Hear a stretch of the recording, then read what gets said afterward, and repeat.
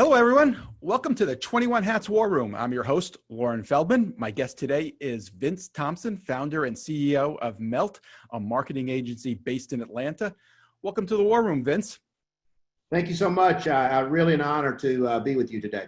Oh, it's great to have you here. And welcome to those of you who've joined us. I want to emphasize, I'm going to get things started here, but please feel free to ask your questions. If you just go to that chat box at the bottom of your screen, you can start firing away anytime. We'll get to as many as we can.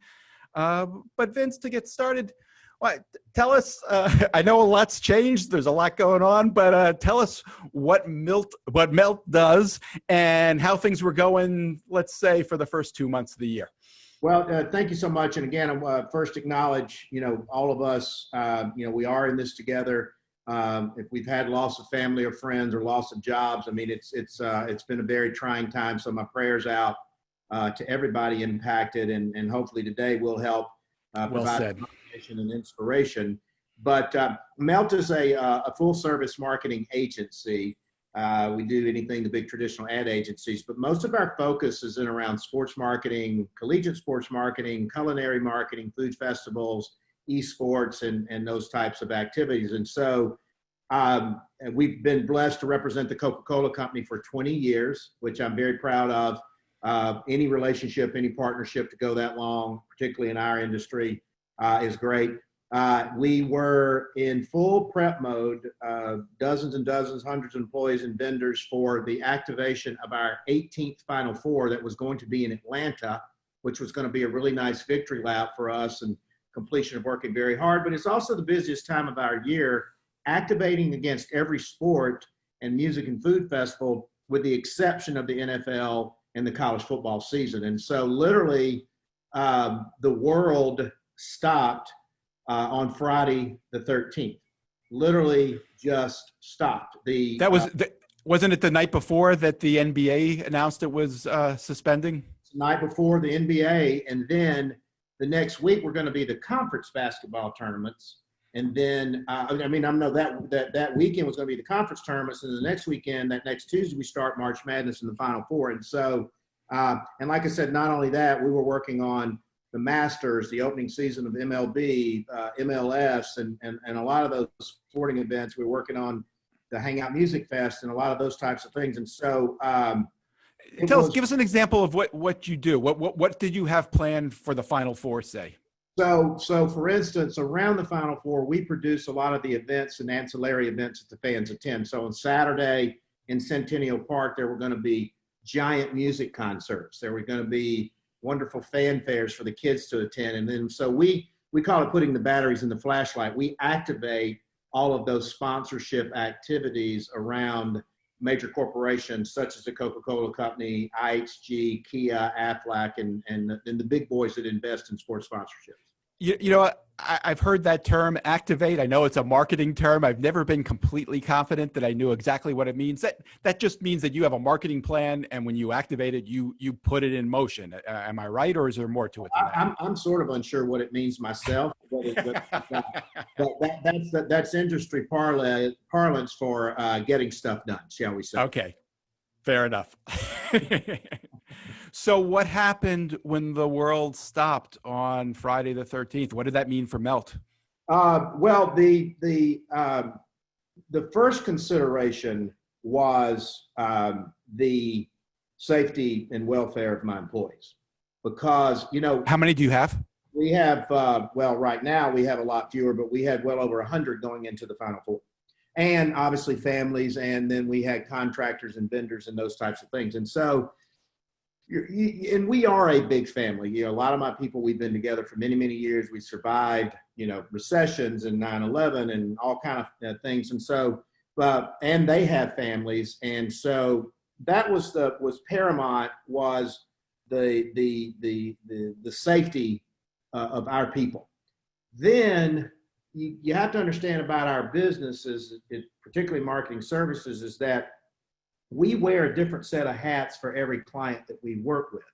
So we have to be sort of knowledgeable in many, many industries, whether it's supplemental insurance, automobiles, hotel rooms, soft drinks, whatever that is. And so there was no one size fits all for the decisions our clients were having to make on the fly. So we had to adapt to that. The second thing is that there was no consistency on the decision. So in other words, the decisions the NBA made had absolutely nothing to do with the decisions the NCAA were making, or MLB or MLS or anything like that. So we were. By that you mean that they didn't make it at the same time. Correct. They weren't coordinated, right? Because they all came to the same conclusion. They all shut down. Correct. But so then, and then by the way, we plan for every scenario in our industry, with the exception of a global pandemic. So not only are you trying to land a distressed airplane, you're trying to land it without any form of training for that particular situation. And so we knew real quick, though, that it was going to have a devastating impact on our business. And we literally lost tens of millions of dollars in revenue in a period of 7 days or less. So you mentioned that you have fewer employees today. Did you have to furlough people? Yes, lay people off?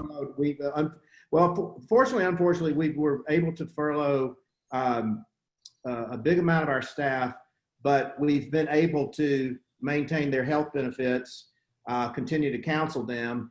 But, you know, we're sort of in a quandary because we're not quite sure when a lot of our clients are physically coming back to work. We don't know when live events or sporting events will be occurring. And even if they are, it'll be in an enclosed environment, similar to what you saw in the recent golf tournament with Phil Mickelson and Tiger and those guys. So, I mean, when you know, you hear the cliche uncharted territory, we are, as our industry, as all industries are, in very uncharted territory, but nothing, you know, I mean, even the definition of force majeure is in question now, because is a pandemic an act of God or is it not? So I mean, we live in, you know, fascinating. Are you talking to an insurance company about business interruption payments? Are you trying to collect them? That's a sore spot that we're going to talk about later with the entrepreneurs, but insurance companies have been great. We have tremendous relationships with them. However, I've paid them a lot of money in premiums over the years, and right now they don't seem to be too willing to define business interruption by the contract or by the way I would find it. And as a businessman, as an entrepreneur, I'm in hopes that Congress will, you know, I don't want them to shut the industry down, obviously, but you know, this is the type of thing you have those types of insurance for. So I'm hoping there's a meeting of the minds and the meeting in the middle, you know, with that, because that's a big consideration for a lot of industries. Sure. But on the other side, it could shut the industry out, insurance industry down, if there's not some moderation or regulation on it. So this is just one of the, I call it the plaintiff lawyer's dream. that is going to be one of the scenarios that is going to have to be contemplated in federal and state legislation. I think from what I've read, to some extent, it hinges on whether you view this as a shutdown caused by an act of God or a shutdown caused by an act of government. And whether or not the insurance companies have to pay may depend on that definition. Well, whether you believe in a higher being or a higher government, here's what I do know. My business got severely interrupted. And as you have any revenue coming in? We got some revenue in based on the pivot that we're beginning to make, and then based on some of the states beginning to open it up. But that's an uneven path. And then the next issue is, what type of liability protection do business owners have if they begin to re-engage in business with both their employees, their clients, prospects, customers, people visiting their hair salons and restaurants? So again, that's another, it seems to be that the attorneys always come out on the good side, but that's another plaintiff's lawyer's dream that we're going to have to address as well. And that's as big or bigger than the business interruption. Sure. So tell us about your pivot. What have you been trying to do? Well, here's what we did know. We knew that events and sports were never going to be the same again, at least for the foreseeable future. That's what we did know. And, you know, I can't tell you today when it's really going to come back. There's fits and starts in different places and NASCAR races without fans and things of that nature. But we knew immediately we needed to begin to evolve what the definition of experiential marketing meant. You're not going to go to Centennial Park and have a big concert and an ice cold Coke right now. So how do we take that into the homes? How do we know families are more together in backyard environments or dinner table environments? They might be watching the golf tournament. So how do we pivot into the definition or redefinition of experiential? We also knew that we had a really good thing going. We have an amazing intern program called Melt University. And we had 37 kids coming this summer. It's my labor of love. And I said, well, you know, we don't have to abandon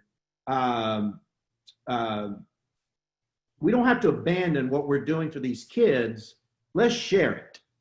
So we have evolved Melt U into a virtual environment. Greatest speakers in the world in the business, such as yourself and the president of Coke, president of ESPN, president of CBS. They will be able to share their wisdom with thousands of kids across the country.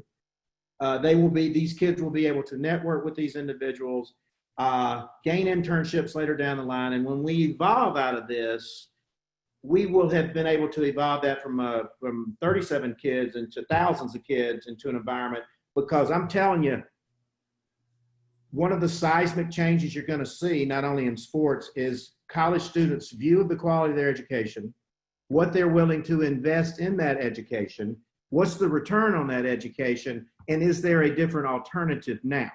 And they're going to face the absolute worst job market in 100 years. And so my theory is you're going to have experienced people that are out of work who are willing to take a less experienced, less salary job, which is going to completely close the entry-level job market out. So you got a kid coming out of school, he's got $100,000 in debt, and their odds just exponentially went off the chart. So, and because of you, Lauren, that famous line in your newsletter, hey, if you got the time, you ever wanted to write that book you're writing, I'm translating hopefully my knowledge and desire to help these kids into a new book that will help these kids navigate the post-virus world, trying to get that job. And so we've got that book coming out at the end of July, early August. It's going to be kind of a ribbon on the top of the intern program.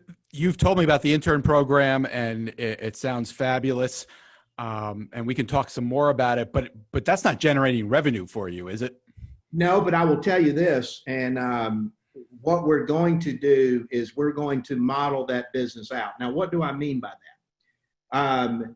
As I am able to teach classes and online and sort of a master class environment, hopefully one day kids will be encouraged to sign up and register to pay for that. That might be an alternative to a lot of universities. Secondly, what we're going to do is that we're going to sign them up as campus and social ambassadors, because all of these kids are influencers in their own right.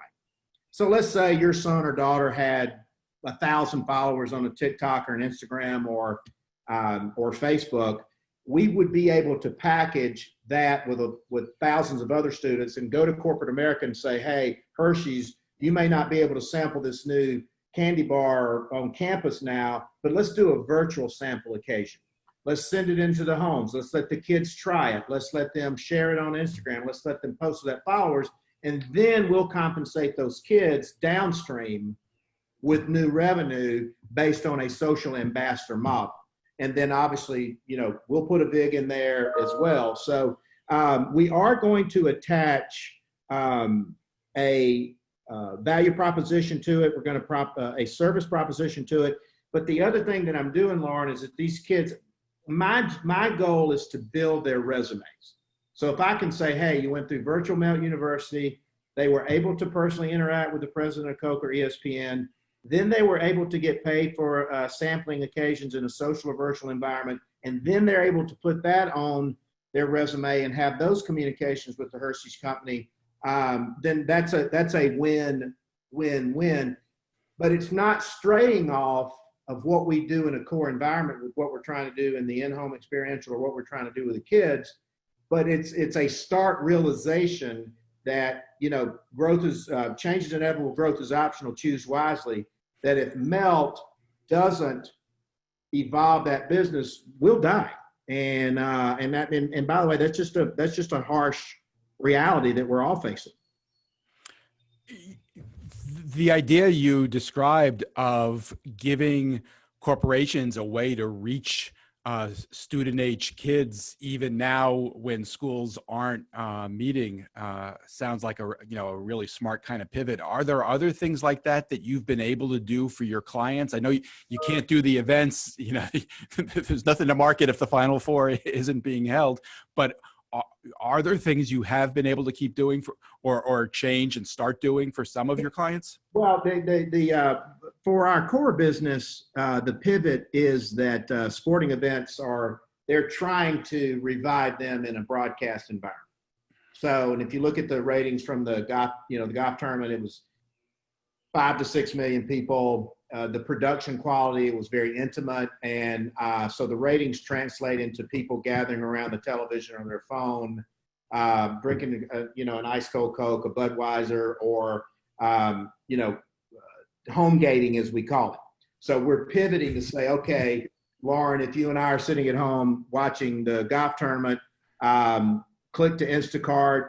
Here's the recipes. Here's the food. It's delivered to your door. Here's how you prepare it. You safely ensconced in your home. And so we're calling that sort of an evolution of what we call the experiential. And ironically, there's more ROI attached to what we're doing now than me hosting 100,000 people in Centennial Park.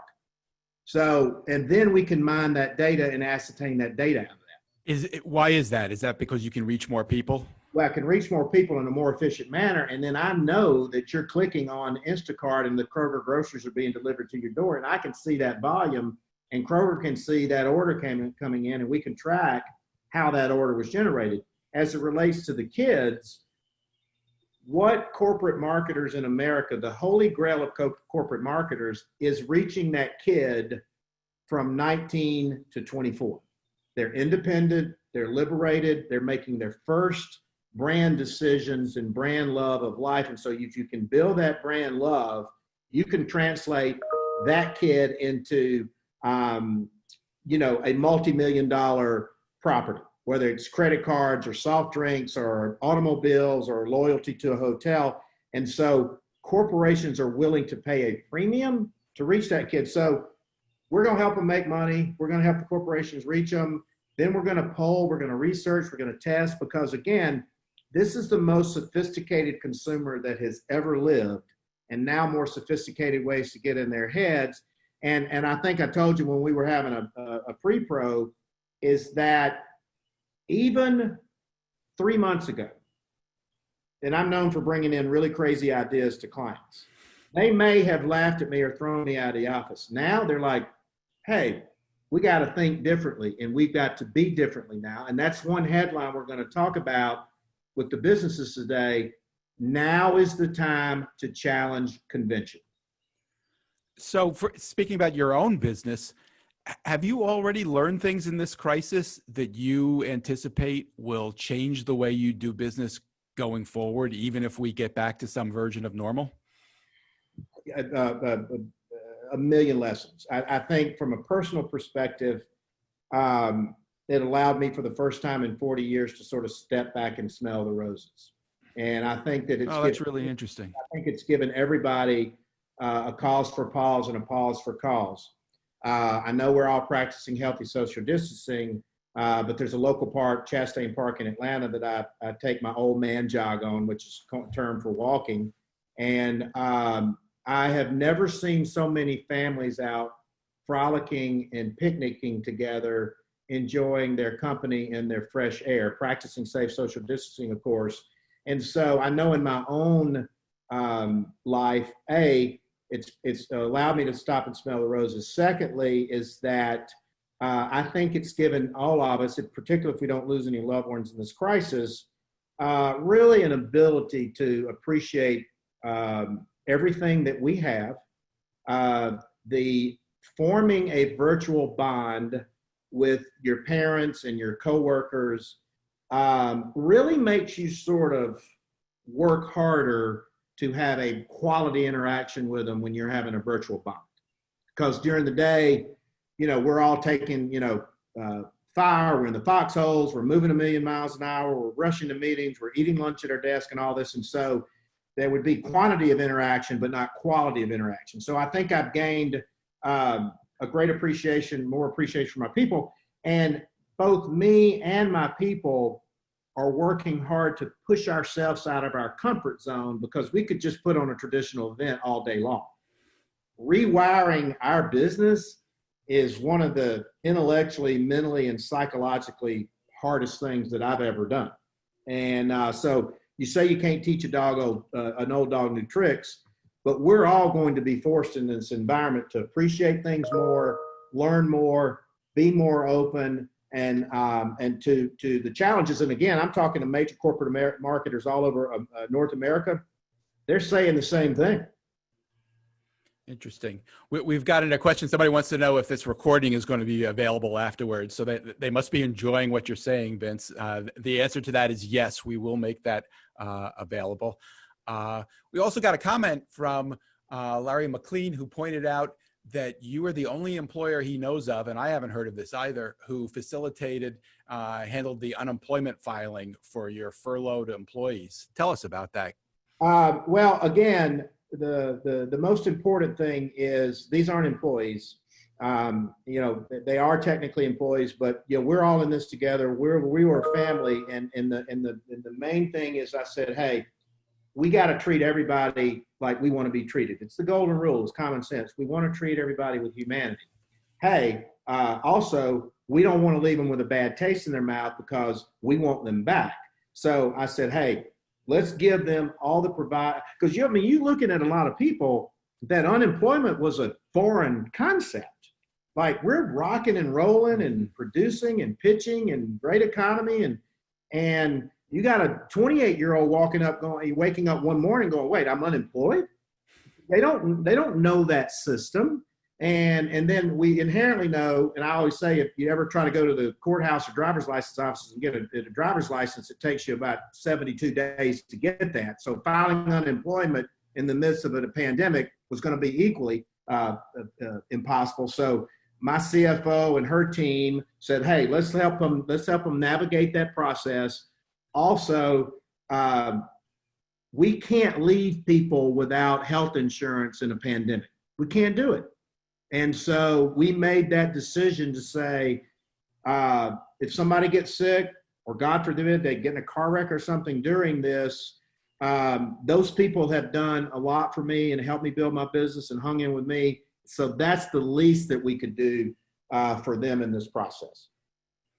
It's great that you were able to do that. I would point out there are businesses who just could not afford to do that, and that's understandable too. But by the way, and I understand that, but I made a decision, and my management team made a decision to make our own personal sacrifices and compromises for the greater good of our organization, because what you also have to remember, and I'll say this blanketly with college sports or business or any business, we're going to get to the other side of this one day. And whether it's a vaccine or a treatment or all of the above, or it burns itself out, hopefully. But people are going to remember, and your teammates and your employees are going to remember how you behaved. And everybody be a hero in the good times.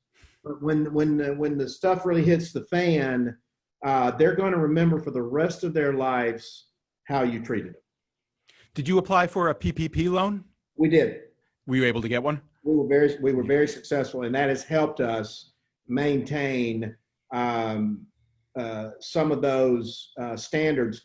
And it was also it was a very positive process for us, going through really strong local community-based banks, which is where it should have been held in the first place.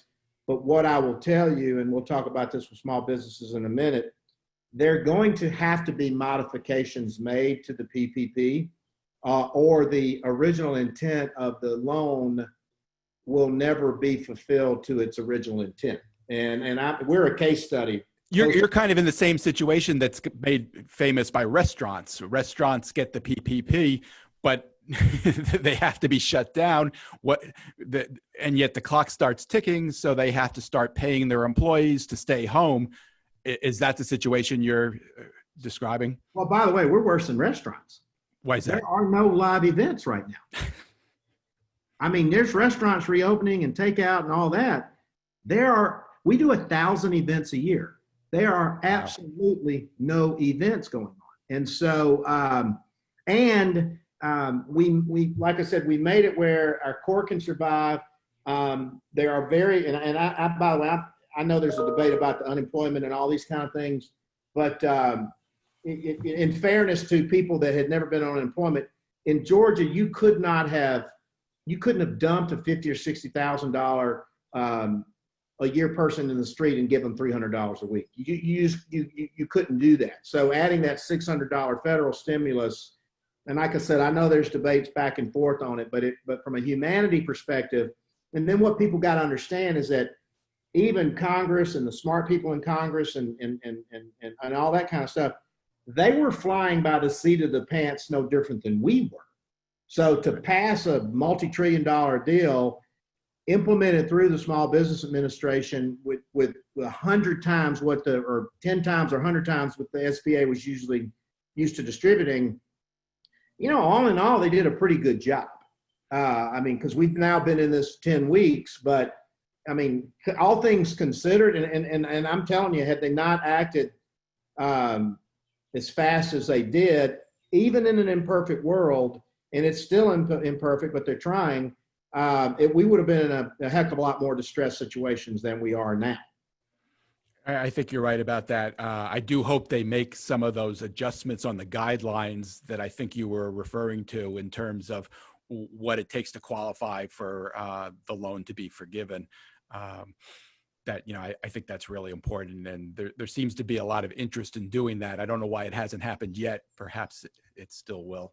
Well, as I say, Congress is just one big negotiating table, and so you have one party coming in with an extreme set of asks. You have the other party on the other side with an extreme set of asks, and then you meet in the middle.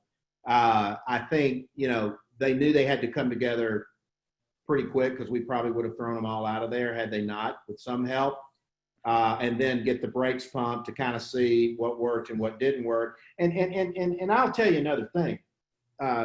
What people don't remember is that nobody knew how long this was going to last. Originally they said, we still don't really know how long it's going to last. We still don't know. But, originally it was like, all right, we'll get the curve flattened and everybody can come back by Memorial Day. Well, we'll see in 2 weeks of coming back in Memorial Day because of thousands of people are out, if that was effective or not. And so, the goalpost keeps moving, but it's, Mother Nature or a higher being or the virus that moves the goalpost, not people. And so I'm optimistic. I'm an optimist by birth, but nobody knows unless there's a vaccine. You happen to be located in Atlanta, in Georgia, which kind of led the way in terms of attempting to reopen and get back to business. I assume that really, given what you do, that reopening hasn't really meant anything for you thus far, I would guess. But tell me, what is it? Just as an entrepreneur in Atlanta, what have you made of the reopening, and what have you learned from that, and what do you think that we should take from that going forward? I think there've been some positive baby steps that have been taken. I make it a habit of, I'm still not totally comfortable sitting inside a restaurant. I've done it. Have you been to a restaurant? I have been to a restaurant on the indoors and on the outdoors, but does anybody really know if 6 feet is the acceptable distance for a virus to transfer. I mean, we don't see the food being prepped. We think it's safe. So, but, I'm on the other side of that. We know life inherently is full of risk. And I mean, here's an example. I live 200 feet from where I work. I walk to work. I almost got run over by a carjacker 2 months ago. Really? Literally within 3 feet of a car being hijacked, I nearly got run over. So, that would have been a bad thing, obviously, for me. But so, life is kind of full of risk, but you also, we do have to. Everybody's torn. I mean, you just don't know.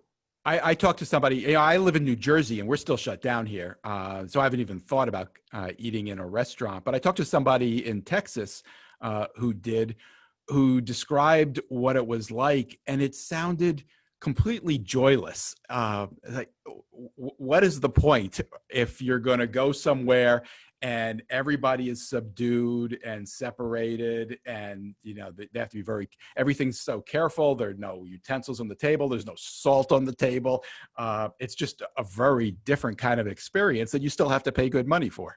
Well, in restaurants, God bless them. I'm not. There's a lot of industries impacted, and we've got the frontline workers and people have been impacted. But we'll talk about that industry in a little bit. I will say on the inside, it's a little different than sitting at an outside environment. Sure.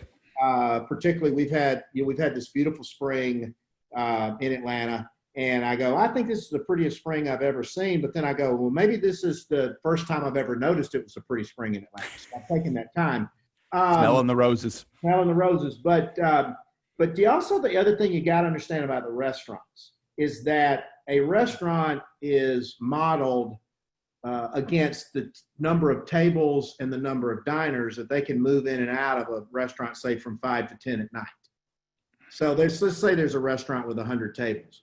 If you're never able to fill but 50 of those tables, you're never going to be able to. I mean, thin margins at 100 tables, but unless you raise your prices, you're never going to be able to make any money and model it out because you're only filling up half the capacity, but based on a business model that was on full capacity. And so the reason, Lauren, that I do, I've been cooking more and things like that, but the reason I do more takeout is that I want to tip those people, and I want to tip them 30 or 40%. I hope my CFO's not listening to this, but the food service industry workers are as impacted as damn near anybody. And so that's why we try to support it as much as you can. But going to get a haircut was a weird thing. They check your temperature at the door. And then you have to sign the waiver. And then, you got a mask on, and the person cutting your hair has a mask on, and they're trying to clip around, what little hair I got around the straps of the mask and all that. So I compare this, and I don't say this lightly, but remember after 9/11, how we modified a lot of our behaviors. TSA? Yeah, TSA and the travel and those types of things, and going through metal detectors at sporting events and things of that nature. There's going to be a new world order on behavior modification, again, unless there's a vaccine, but goodness knows that there will be, and then who knows, this thing's going to mutate again. So I think that there's going to be a post 9/11. We knew where we were when that hit. And then there's going to be a post-COVID behavior, and you're going to remember where you were when that kind of hit the fan there as well.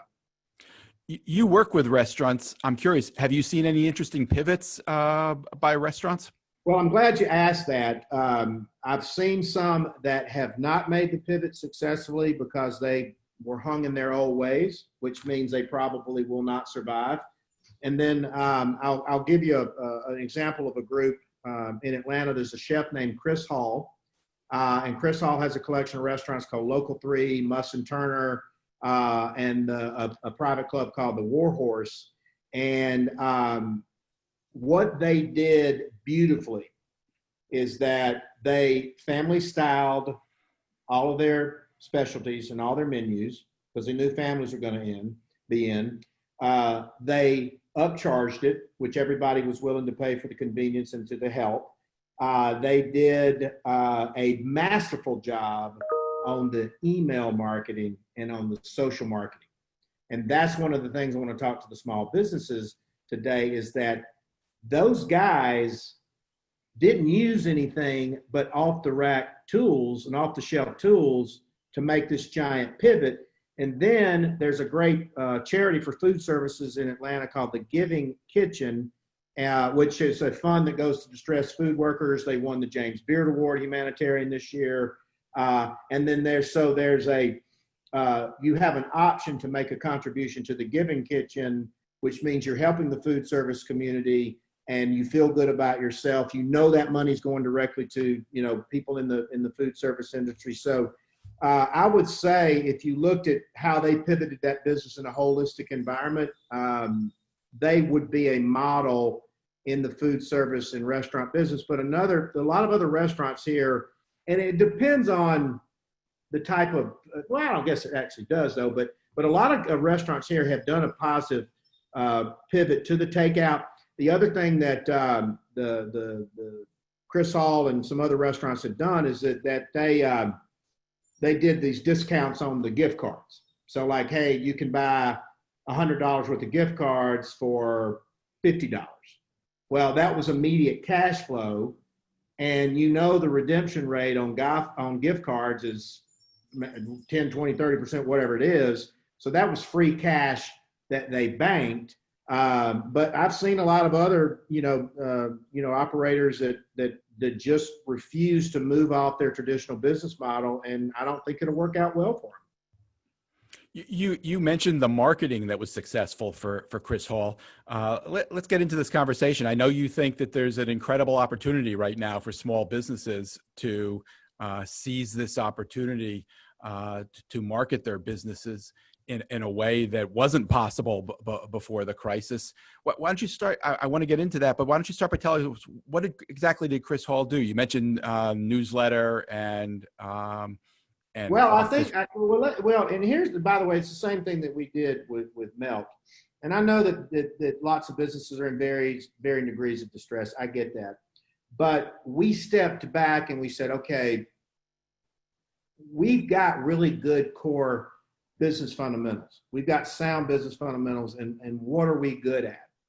So are you talking about Melt, or are you talking about? Well, I'm gonna apply it to Chris. Okay. So Chris Hall serves the best food, some of the best food in Atlanta. There's a lot of tremendous chefs, but he's great at it. And so what he did was he had the fortitude or the knowledge to say, okay, let's design. We know people are going to be in their homes. Probably the incidence of reading email is going to go higher. The amount of time that they're going to spend on social media is going to go higher. And we know the rate of incidence for takeout and home delivery is going to go way higher because you can't leave your house.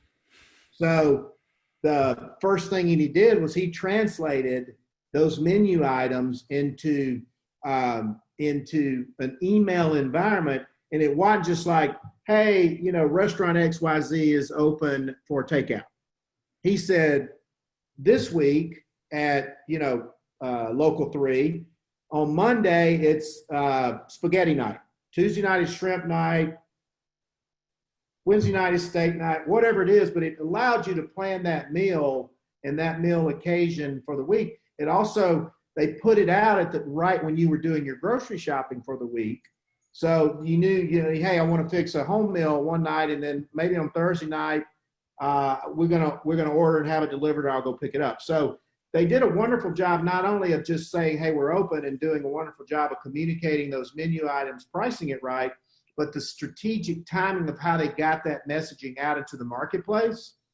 And then the holidays. So he's, a week out, he said, hey, whatever you're planning to do for Memorial Day, here's this amazing menu for, you and your family. And so and then they used, and hey, it didn't have to be a Mona Lisa, but the food photography made you want to click on and say, God, I think that, man, they had one of their chefs who was from Detroit, and he whipped up Detroit style pizza. So, just the ingenuity. So my point is, identify what you're really, really good at, but then how do we innovate what we're good at? And then try things out of your comfort zone. So a couple of restaurateurs I called and said, hey, I just want to help you. Let me help you with your social media and design the menu and all that. And they're like, nope, we're going to wait till people come back. I'm like, they're not coming back. And then you call a Chris Hall and say, hey, Chris, by the way, there's going to be this great golf match on Sunday. Nobody's been able to watch golf for a long time. You've got a core group that likes to watch golf. NASCAR races are coming on. Let's put together a NASCAR meal, pop it in, 50, 60, 80 bucks, whatever. People can pick it up Sunday midday. The race or the golf match is coming on that afternoon, and you go from there. So again, go out of your comfort zone, push things, and then rise above the clutter. What Chris Hall did was, and what we're doing is nothing that nobody else could do, because sending your own email, designing your own email doesn't cost that much. Certainly doing, if you've got kids that know how to get 10 million views on a bedroom YouTube, you ought to be able to figure out how to communicate your menu to your patrons and your guests. So what do you do to rise above that clutter? And so what Chris has done and what Mel has done, hey, what were we good at? How can we evolve it? How can we innovate against it? How can we be nimble and move for speed? Try some things we're not comfortable with, get that in front of clients, and get the word out through social media and press, because everybody's looking for these stories now, and everybody's looking for a reason to help. And so, and I'll tell you another thing, a lot of small businesses may not understand or underestimate the power of LinkedIn, but I went to Chris and I said, hey, push this out in LinkedIn, because you still got mom and dad who are working at home. They don't have time to fix dinner. Get that message in front of them. Well, a restaurateur in the past never would have thought about using LinkedIn as an online ordering tool. So it worked for him? It did. Because, well, think about this. If he makes a post which costs him nothing, and 5 people order an $80 dinner, that's $400 free. And as opposed to a 30-second radio ad on drive time when you're stuck in your traffic. I mean, and you're thinking that occurred to you because you got mom and dad working at home, where they're going to likely be on LinkedIn, and it'll hit them at a time when they need an answer. They need to figure out how to feed the kids. Exactly. And by the way, Chris, drop that in around right after lunch, when the kids start saying, hey, what's for dinner? Or somebody's like, hey, I got a Zoom call at 5 o'clock. Can you handle the dinner chores, or those types of things? So the strategic timing around that as well.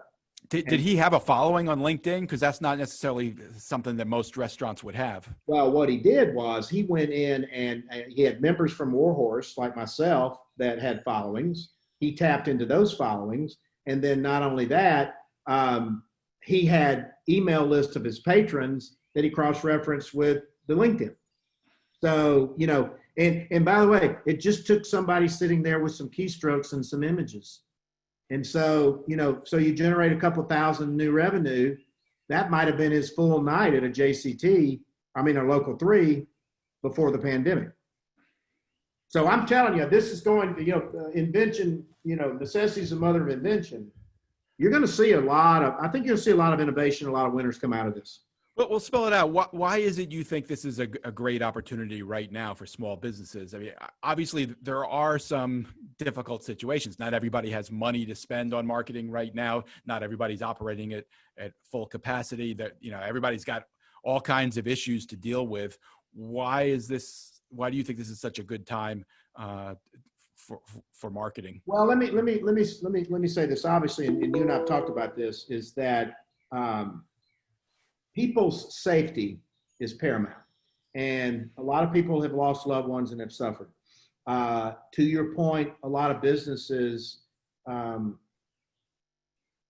not in the position to do this.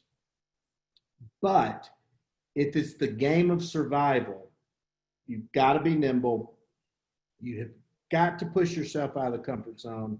You've got to be willing to try things that might even defy your intuition, or be counterintuitive, or may say that's the craziest thing I've ever heard of. But who would have ever thought about trolling for diners on LinkedIn? But again, I got 19,000 followers on LinkedIn. That's a pretty damn good target list for hungry people in the evening in Atlanta. So again, you may hear from some restaurant owners after this, Vince. Well, I'm telling you, like I said, I'm very sympathetic. I have a lot of friends that we're in the culinary business, chefs, restaurant owners. I know how hard it is. They work hard. We've always wanted to help them because the tools are in place. The tools are in place to do that. And, look, if a restaurateur sells $5,000 worth of gift cards and the redemption is a third and he's got instant cash in there, they can survive for a week or a month. And so if you continue to extrapolate that, consolidate the menu there. One restaurateur told me, well, I have the integrity of my menu to guard against. And I'm like, well, if you're out of business, you're not going to have any integrity of the menu, except as a collectible item. Well, what did he mean by that? Was he saying, was that about an issue of pricing, the integrity of the menu, or was it a matter of? I was like, you got 20 things on here, consolidate it down to 5 that people are going to want to eat in their home environment. The same principle as serving family style. Correct.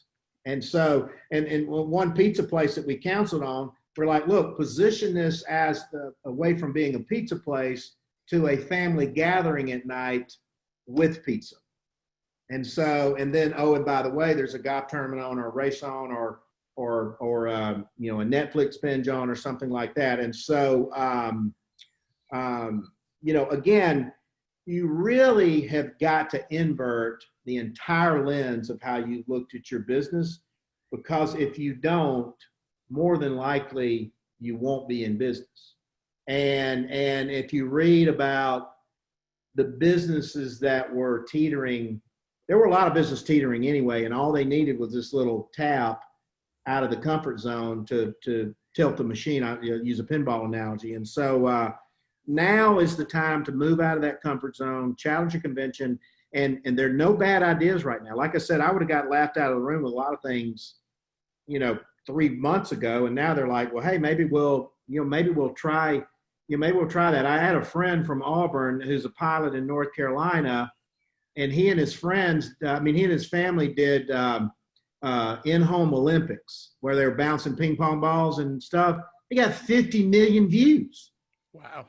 So if you look at people, you look at the chefs, Pano Karatasis is doing a really good job of it. He's showing you how to prepare his delicacies.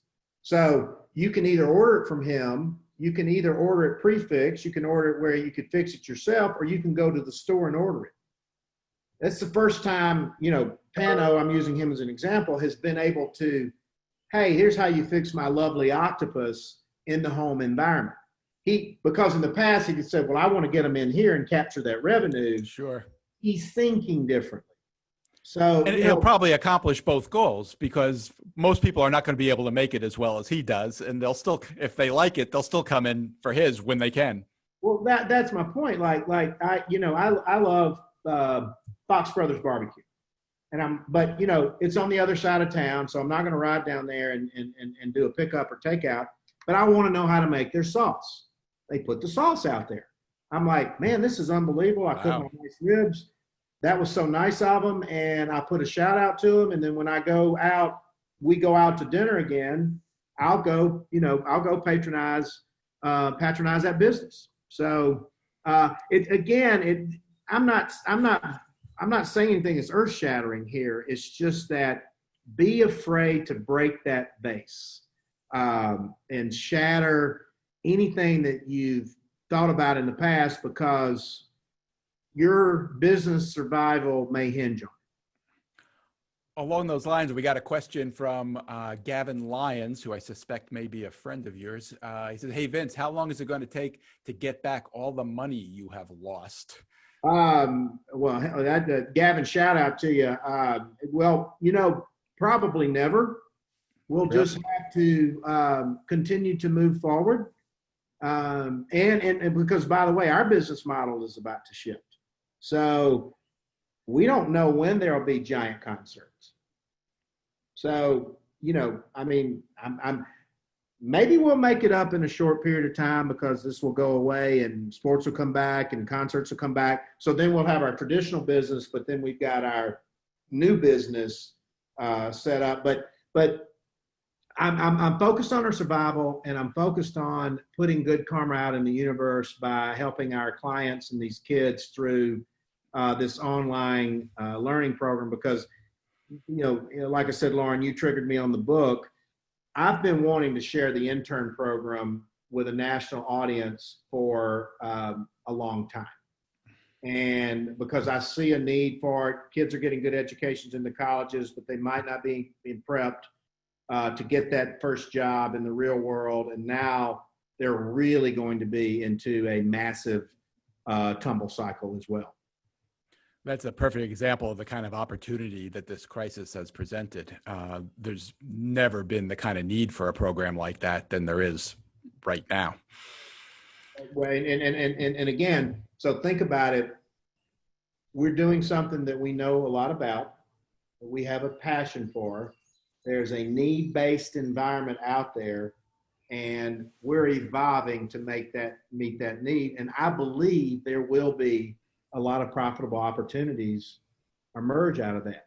I mean, if you look at the history of SCAD, Savannah College of Art and Design, that was two high school teachers who thought higher education could be done in a different and better manner. And now it's one of the largest universities on the planet. That's a very entrepreneurial story that not enough people know about. It's unbelievable. She started in a vacant abandoned storefront in Savannah, but what they do to prep kids, and we see some of the best talent in the world coming out of there in Full Sail, kind of a similar story. So I suspect you're going to see seismic shifts in the college landscape, in the college sports landscape, and the business model of colleges might very well be in jeopardy, with the exception of a handful who have giant endowments. Well, tell me about that. Assuming we don't get a miracle therapy or vaccine real soon, as we move back in the direction of trying to open up, how do you see this working for sports? I mean, do you think something like, I know the NBA is talking about playing at Disney, and college football is talking about trying to open up a lot of ideas about playing, isolating the players and not having spectators. Do you think this is going to work? Well, you got to look at professional sports. They're a for-profit business. Okay. So they're going to do whatever it takes to put their ball back in play. Because and I know fans are a big part of the revenue, but television is the largest piece of revenue. Then the eyeballs and the wagering and the sponsors that drive the eyeballs on the television, hence the golf match. So I think you'll see a more rapid return. NBA's talking about Disney. MLS is talking about Disney. Vegas has made some offers. Major League Baseball could be playing today, but they're in a financial dispute, which, by the way, nobody really cares about, that a bunch of billionaires and millionaires are having a pissing match with each other, forgive my language. So, I mean, when I'm trying to just keep my business and keep my employees and keep my lights on. So, but the colleges is a different thing. And then there's giant debates about it. But what people have to understand is that ostensibly college sports is not supposed to be a business. We know it is, but these are students, and these are student athletes. And you can't, I don't believe you're going to be able to bring those kids back. I know they're coming back voluntarily now, but if there aren't kids on college campuses, it's going to be a tough putt for college football to play this fall. Just a big one. you see any chance? I mean, it depends on who you ask. I mean, if the virus flattens out, if there's a vaccine, if there's a treatment, but again, these are kids, they're students, and so there's a completely different set of consideration set. And I know the television money and the wagering money and the fans and the donors and all that, but as I say, if there are no college sports, we have larger problems in society that we don't know how we'll be able to address. Can you, have you tried to imagine what Melt looks like 6 months or a year from now? What I'd want it to look like is hopefully some of our traditional business will come back, but I'm hoping that, we evolve from a sophistication of working with consumers in how they shop. I mean, think about this, Lauren, you might not have 3 months ago thought about doing a service such as Instacart, but if you want the safety of being in your home, you would have tried that. So as a marketer of CPG products, what are we going to do to adapt, but to continue to influence your purchase behavior in an online and virtual environment? Because you may never see the traffic back in the grocery store that you've seen. And you've got a new generation of consumers who are digital natives who don't know anything else other than to, shop in a virtual environment. So we're going to adapt and we're going to evolve against that consumer demand, because at the end of the day, all marketing is about influencing purchasing behavior. So we've got to evolve to that. And I'm very encouraged about the work that we're doing for and with the college students. And we've impacted thousands of lives. We've had kids everywhere.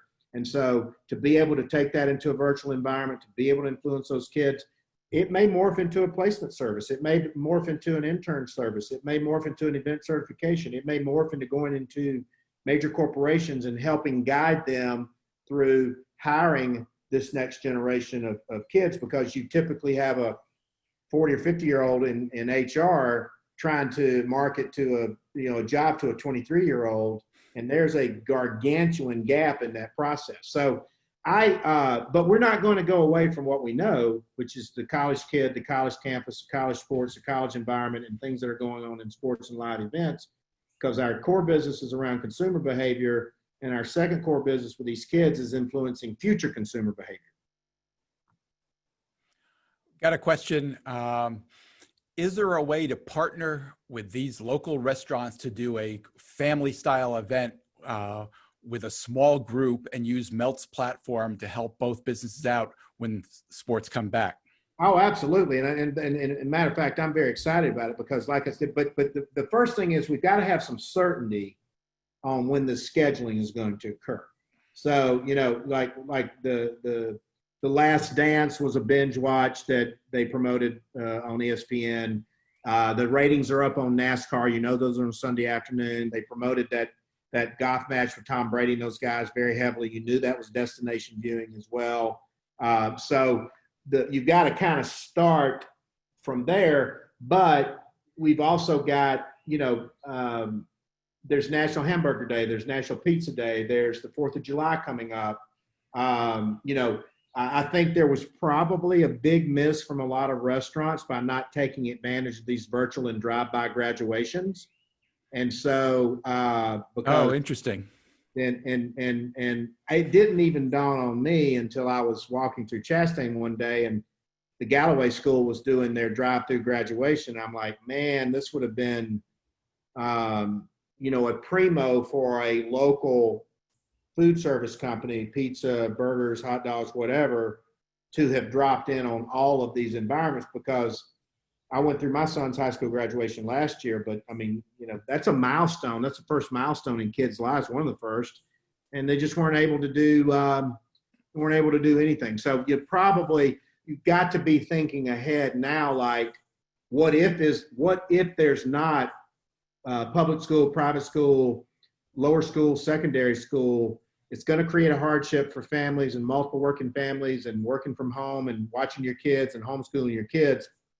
What can food service providers and retail providers do to accommodate the new norm and the new demand? Interesting. Vince, I could talk to you all day. Unfortunately, we're going to have to wrap this up. First, is there anything I didn't get to? Is there something you'd like to share? I think we covered it. First of all, I want to thank you for having me on. Quite an honor. Admire the great work that you do. It's your fault I'm doing this book. So that's very nice of you. But it's based on the lectures I give. You had me in Hello, the 10 things that successful job seekers do, and now we're going to add in the post-COVID environment. I would encourage our fellow entrepreneurs to call their congressmen and legislatures to more generous PPP terms. We definitely all need relief, from the insurance industry and liabilities and protections as well. And we've really begun to think about how we accommodate our employees' childcare demands if we're not able to go back to school in August and in September. I suspect a lot of people listening to this are really intrigued by the internship program you've talked about. I bet a lot of people are thinking, I know somebody who would like to do that. If somebody wants to know more about that program, where should they go? They could go to meltatl.com, www.meltatl.com. We also have we have it out on all our social media platforms at meltatl, at meltatl. It's a free service. It's 8 weeks. It starts on the first Monday of June.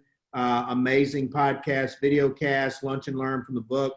And if a student, and then they're going to be eligible to sign up for paid types programs with the sampling and word of mouth. And one successful kid who completes all of the assignments will actually win a all expense paid Melt U internship in 21 once we come back into hopefully come back to work together in our office.